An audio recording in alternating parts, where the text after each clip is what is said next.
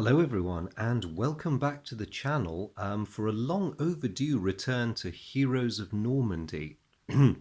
Now I've been waiting to make this video for a while because I've had other things I've had to clear, but also unlike a good many of you sensible folks who play this game and follow the developments, I was a bit late off the mark and didn't get involved in the Kickstarter for the not just for Big Red 1, but also for the very exciting Caen expansions, which give the British quite an update. So I'm really glad to say one of my friends has very generously loaned me his copy of both of the Caen volumes, Battle Packs 2 and 3. So I thought I would celebrate this little fact by having a bit of a playthrough.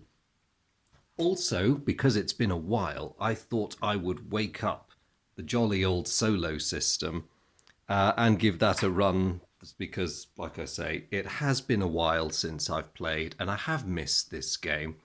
Now, just a quick word about Caen before I get going. The stuff you get in the boxes is wonderful. The British get a very nice reboot. Nothing much has changed overall from the contents of the British Army box and the old expansions. So, as ever with Devil Pig games, all of those old guys are completely interchangeable with the new system. I think the artworks had a slight update, but really that's about it. And of course, the British card deck has had its artwork revamp, but the cards themselves are pretty essentially the same as the ones we know and love. A significant improvement has been the introduction of the dual-use action cards, so that the British aren't ever stuck with cards they can't use. There's always that optional side thing you can do with them if you can't use the actual card deck. The card text. Tripping over my words a lot today. You can use the card's enhanced movement or shooting ability. So that's a nice addition, I think. So what am I doing with the Battle of Caen? These expansions are huge, and I don't just mean that in the sense of you get a load of new scenarios. They are quite literally physically huge. Pretty much all of them are 6-board extravaganzas. In fact, the scenario I'm playing at the moment is actually slightly larger than 6 boards because there's a major road running down one end of the map.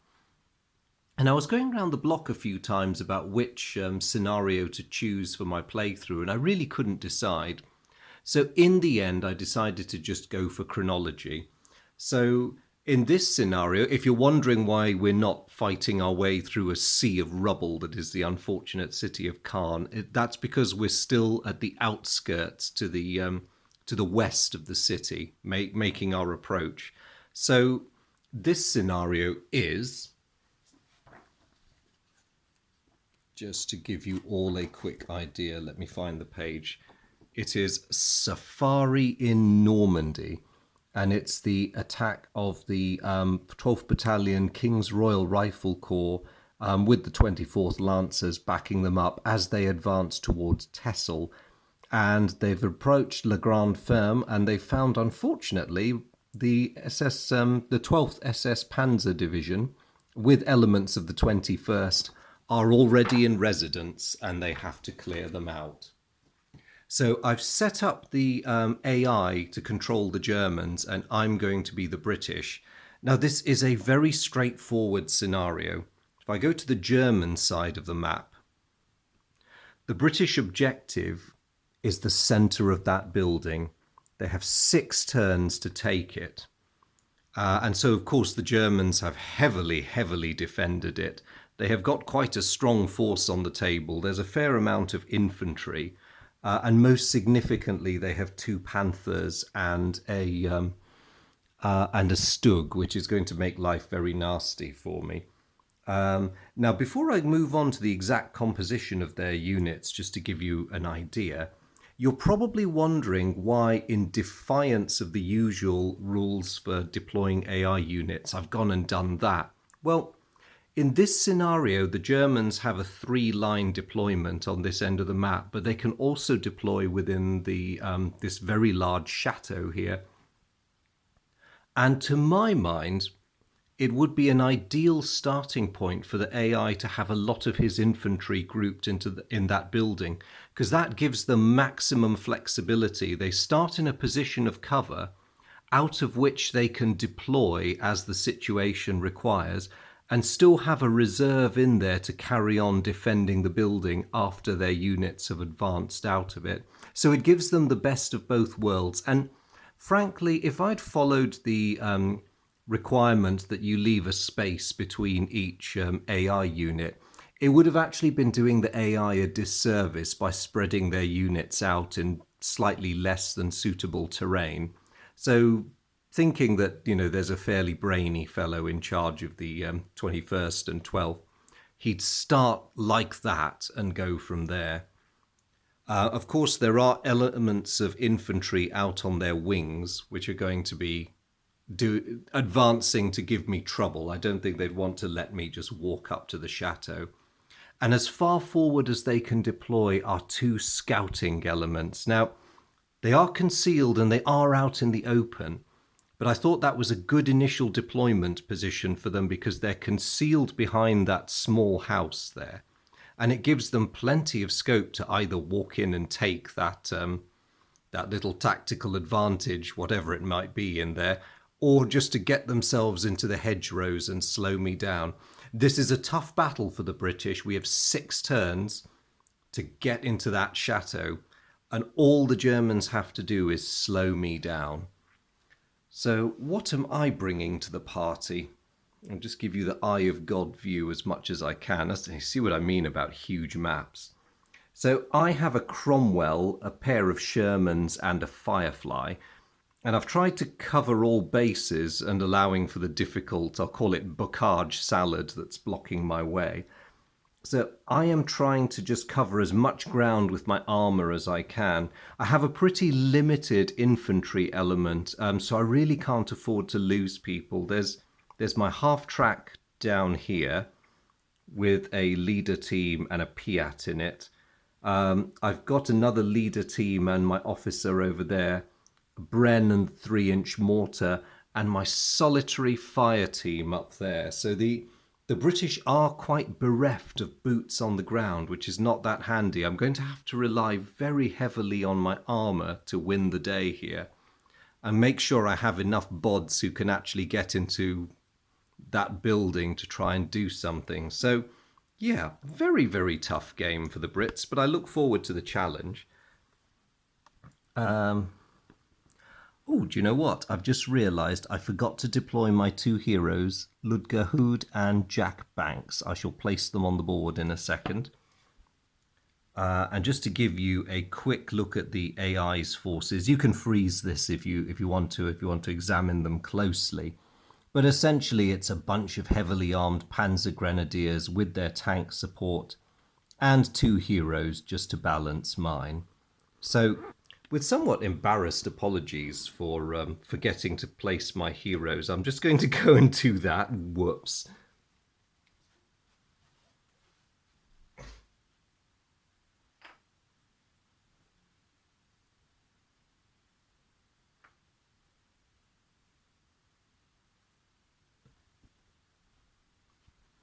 Okay, I've just placed Huda over there and Banks over there. I think those are reasonably good lines of advance towards the objective. The only other features of interest on this map, other than the tons of cover we get, tactical objective there, and another tactical objective there.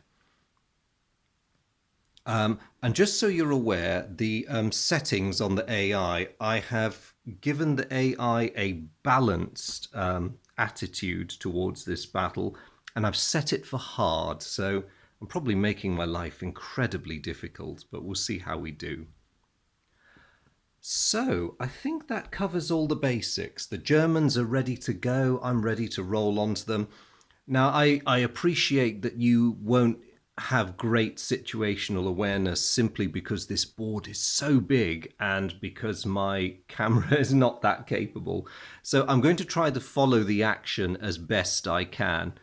and we will see how I get on. Wish me luck, because the more I think about this, the less I like the odds. But here we go. So it is the beginning of the orders phase, and the first thing that happens is the AI player gets to draw an action card. So he gets a firing bonus. Okay, that's not great. During one of their firing actions, they're going to have a slightly better chance of hitting me. I've drawn my hand of 4 cards, but there's nothing that I want to use straight away. I've got the 2 burst into actions and all terrain, which might be useful, and a weak point. But what shall I do for my orders phase? I've got 5 orders generated by my forces. The Germans nominally have 6, but of course they won't be using all of them every turn as per the AI system. So what to do? I think any advance will have to begin with my infantry. I just want to get those guys forward, except for my mortar team over there. They don't really need to move because they have everything in the map within range. It's annoying that they cannot do any damage to the building, or particularly, although they could try winging its occupants. Once we know they're in there, they're all concealed at the moment. So I think I might as well left to right this, really. So I'll get that fire team going first. We'll get Huda going next. And then the Bren team. You guys can stay put. Banks can go next. And I think it's fair to get the leader team going. Everyone else can really benefit from movement during the supply phase. So I've placed all my orders.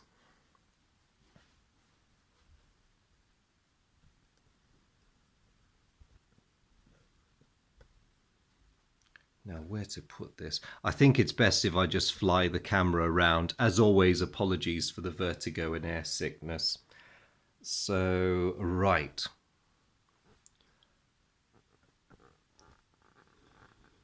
Let me just bring it in so you can have a sense of what's going on. So we get to the activation phase. So I start to activate my fire team up there. And here is where things start to go a bit wrong.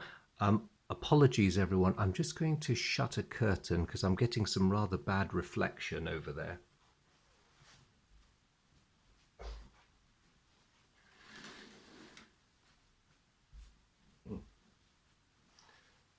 I think that's a bit better. Yay, we can all see now. That helps. So I start my activation and the German player draws their reaction card. So they get command. Now command allows them to first place one of their available order tokens, their lowest numbered one, go with that one, on any unit they wish, or if it's not blindingly obvious, then as per the AI system, you follow the various logic trees that you're given in the draw trays. Now, speaking for the AI, I think there is a blindingly obvious option for them for an order token, and that's one of their scouting units, because I think it makes most sense if the fellow or the fellows dive into that building. Not actually, let's give it to them, not just to seize a strong defensive point, but also to grab hold of whatever that crate is at the end of the supply phase.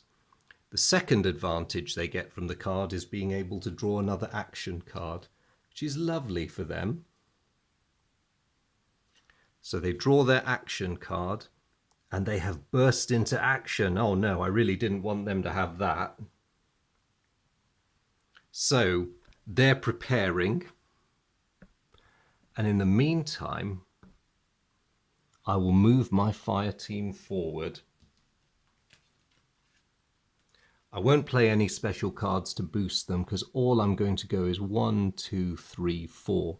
I'm going to risk leaving them out in the open because they are quite far away from anything on the German side, and the Germans are going to have to struggle through some pretty difficult terrain even once they do see them. So they may take some fire, they may not. I'm hoping it's going to be they may not.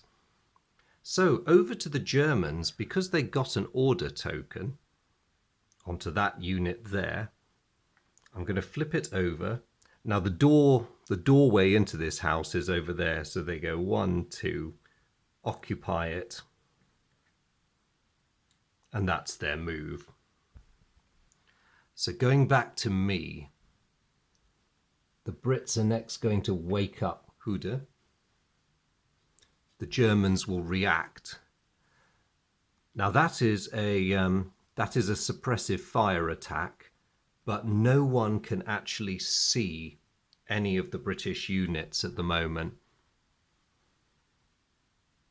So nothing happens because the Germans don't have any unactivated units with a line of sight. Ordinarily, if they had reinforcements or units waiting off board, they could have used that as a movement to bring them forward, but they can't do that because there's no reinforcements waiting. And because it's set to hard, they get to give another order token out. So they will take order token number 2. And again, thinking for the AI, because I think this is an easy, obvious one, I am going to give the order token to that other scouting unit. Now this time, knowing that I have a unit heading for that crate up there, the AI unit is going to start running up to try and get itself into a position to intercept. But I shall go back to Huda for the moment. And he's got a movement of 4.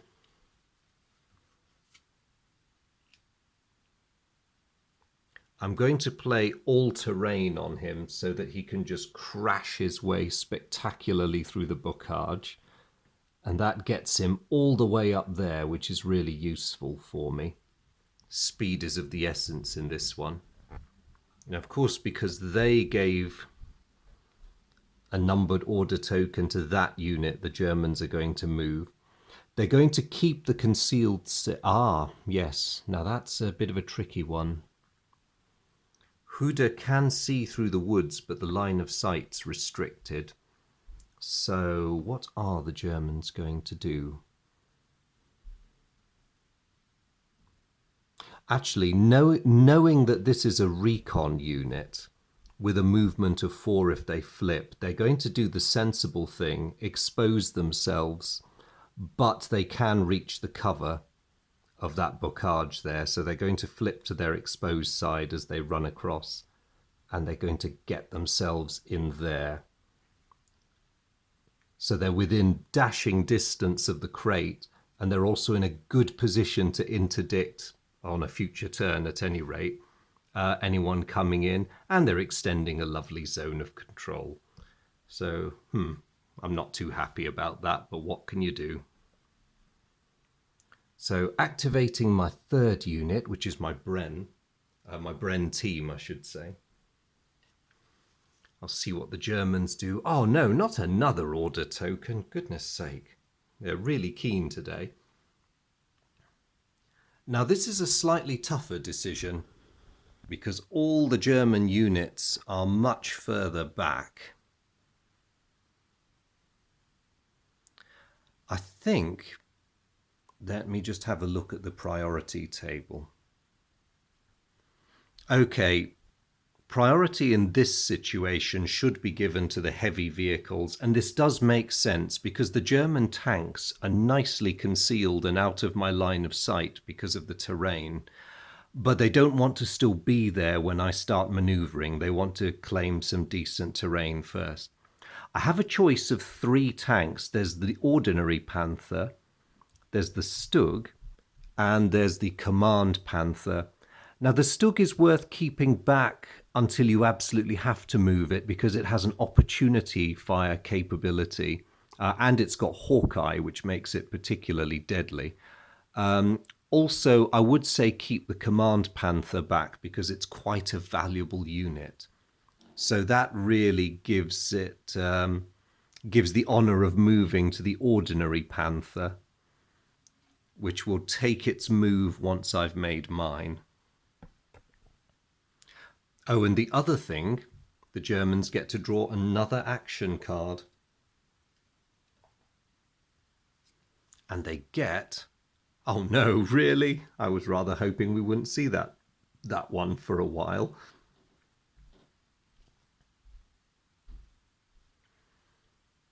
So, oh yes, it's over to me. Let's go in a bit closer. So my Bren team with their speed of 4 is just going to head into that clump of trees there. And they can stay put for now.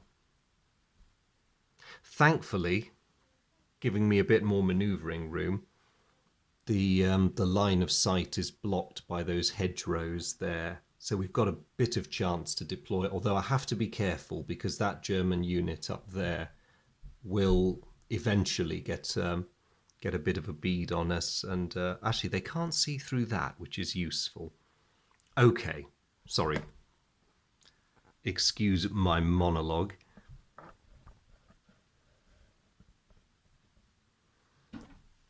So the panther that just had its movement token assigned is going to go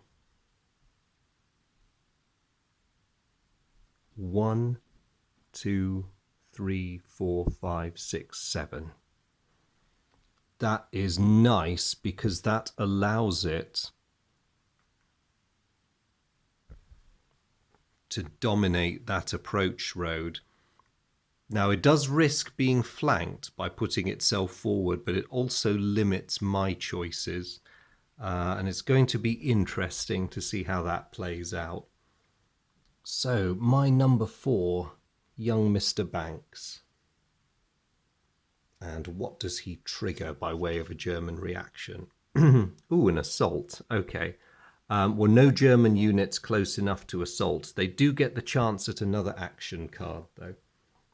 So we'll see what it is. It's an assault bonus. They've already got more useful cards than that, so they're just going to put it in their discard pile for now. They'll probably see it again, depending on how long this game lasts. And what am I going to do with young Jack here?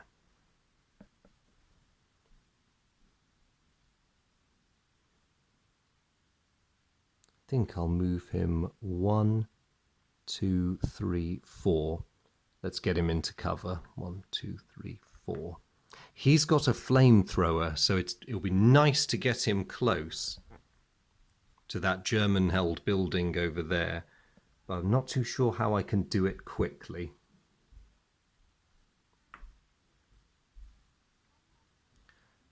So no other German units have orders tokens at the moment, so we're going to go back to me, my 5th activation, which is my leader team.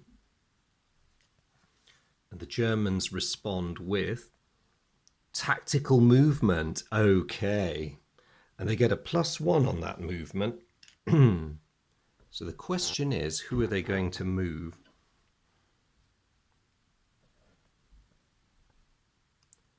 They've got a number of choices.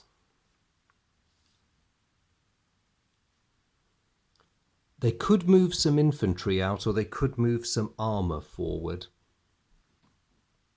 I'm thinking at the moment it's a good idea if they bring out a heavy vehicle again. So they're going to enjoy using that movement bonus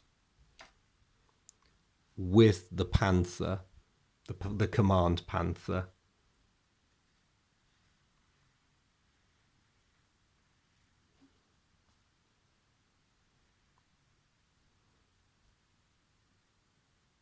and I'll bring it up there. Now, what I'm thinking on the AI's behalf is if he can get into a good position eventually, he'll be able to dominate the approaches of both my left flank. Oh, sorry, I'm pointing off map. My left flank armour, my left, his right, and also possibly keep an eye out on my command Sherman in the centre, depending on which way that decides to go.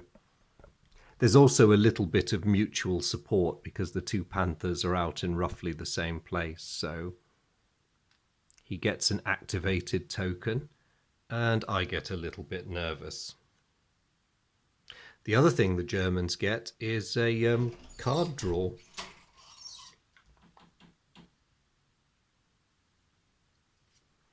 So their latest action card is Weak Point.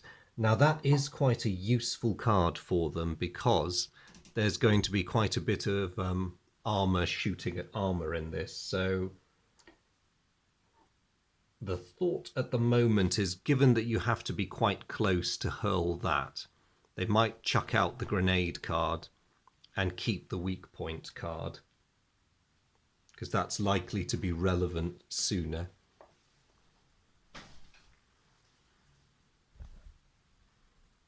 And so now I can move my leader team forward. I'll move them into cover there. I'm not too worried about anyone actually shooting at them, but it's just a good habit to get into, I think.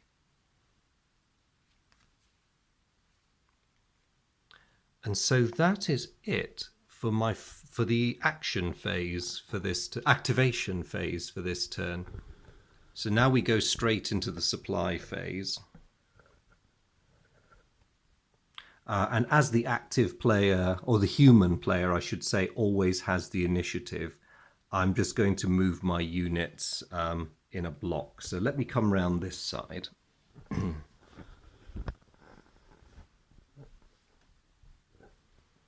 So my two tanks on the left flank, my Firefly is going to go 1, 2, 3, 4, 5, 6, 7. I think we're just going to have to we'll be engaging German tanks soon.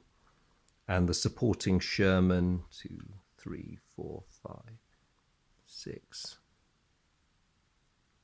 Can't drive a heavy tank into there. So he'll go 6, 7. Oh, actually, maybe he won't. No. Drat, this is risky. Very risky. Actually, he'll hang back and stay behind him because we can still see through that. It's just a bit obstructed. So yes, I want my frontal armour facing the enemy. That is a bit annoying. Down here, my universal carrier is going to go 1, 2, 3, 4, 5, 6. As long as we keep a decent amount of hedge between us and the Germans, they can't see us. So I'm positioning him to do, I hope, something useful, but I must be very wary of those two Panthers up ahead. My mortar team can stay where it is. And my other Sherman, my command Sherman, what are you going to do?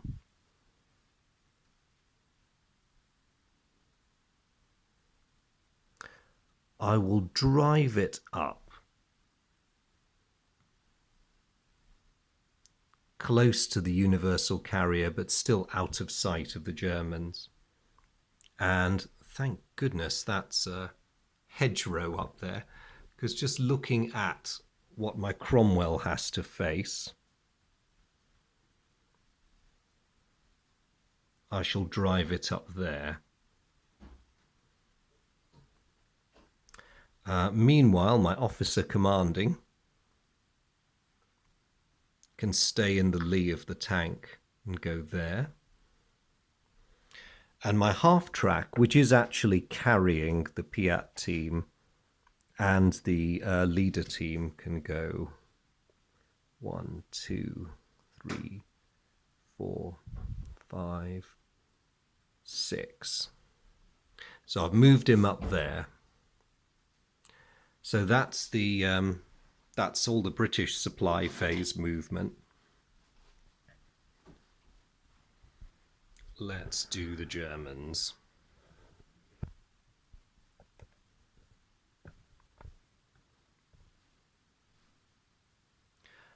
That unit's going to go 1, 2, 3 and move there in anticipation of occupying that building.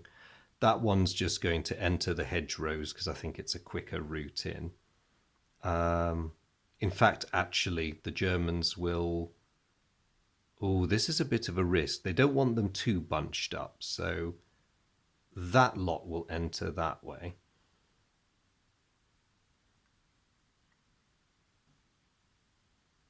That group will go 1, 2, 3.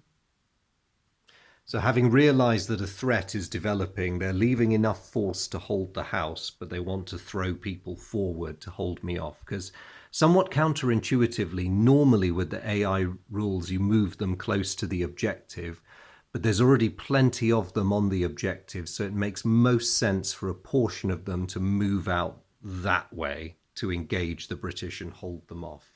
So that's what they're going to do. 3. I won't use their full movement ratings because I am going to, for those units out in the open, I am going to observe the recommendation or regulation about keeping the AI units separated in case of bombardment or other unpleasant things. So that one's going to go 1, 2, 3. That one will just go 1, 2, and well, it'll stop in the hedgerow. And that one will stop in the hedgerow as well. So quite a few German units now have line of sight on that crate, which is really bad news for me. I was rather hoping to make a grab at it, but no joy, no joy. As for the units inside the building, the lead one near the entrance is going to go 1, 2, 3. Actually, might as well chuck himself into the shell hole while he's there. And the one inside is going to go 1, 2, 3. They're out of my line of sight because they're covered by the hedgerow, so that's all good. And oh wait, he couldn't go that way. Hold on. Rewind. He can't run through solid walls. That would be a tiny bit unfair. That one's going to go 1, 2, 3. That one's going to go 1, 2, 3. The ones in here are going to go 1, 2, 3, just to close the gaps in the defensive line. 1, 2, 3. 1, 2. And that one can stay there sitting on the objective. And lastly, their Stug might as well bring itself up as well.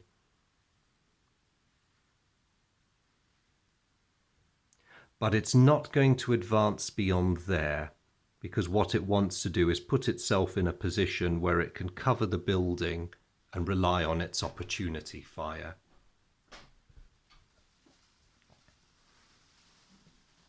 So that's the German movement in the supply phase. I'm going to keep these 3 cards and just draw 1. Oh, that's not too bad. I can make use of that. And the Germans gain the benefit of whatever was in here. And let's find out what it was. Oh no, increase in danger. That's not what I wanted. So what that does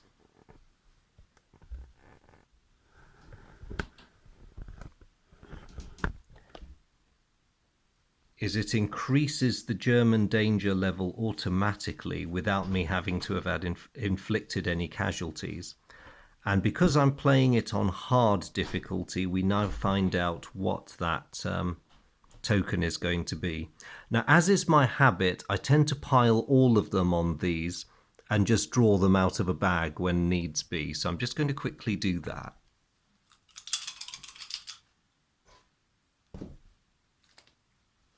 Okay, let's see what I have to put up with. When assaulting, AI units get a +1 bonus to their dice roll if they're attackers. Oh, that's certainly thematic for SS, so I'll have to remember there's that additional level of nastiness once we get to close quarters. Still, I suppose it could have been worse. It could have been some hideous long-ranged thing. So it only remains for me to clear the order tokens off the board, and we'll be ready to start the next turn. I'm going to leave that for now, though, because quite a bit's happened in turn 1, and I don't want this to be an excessively long video. So I will come back to you at the start of turn 2. As always, I really appreciate you guys following these videos and this series. A big hello to all my veterans, especially the Heroes of Normandy fans out there. Thank you so much for your time and company. Lovely to see you as always, and much appreciated. And for anyone who's new to my channel, a warm welcome to you. If you're here for Heroes of Normandy, then great. Please do check out some of my other videos. If it's wargaming in general that's brought you in my direction, then you're more than welcome. Please have a wander around the channel, and I hope you find something that you enjoy as well as this. And I look forward to seeing all of you in the next video when I commence turn 2. Thanks very much and take care. Bye.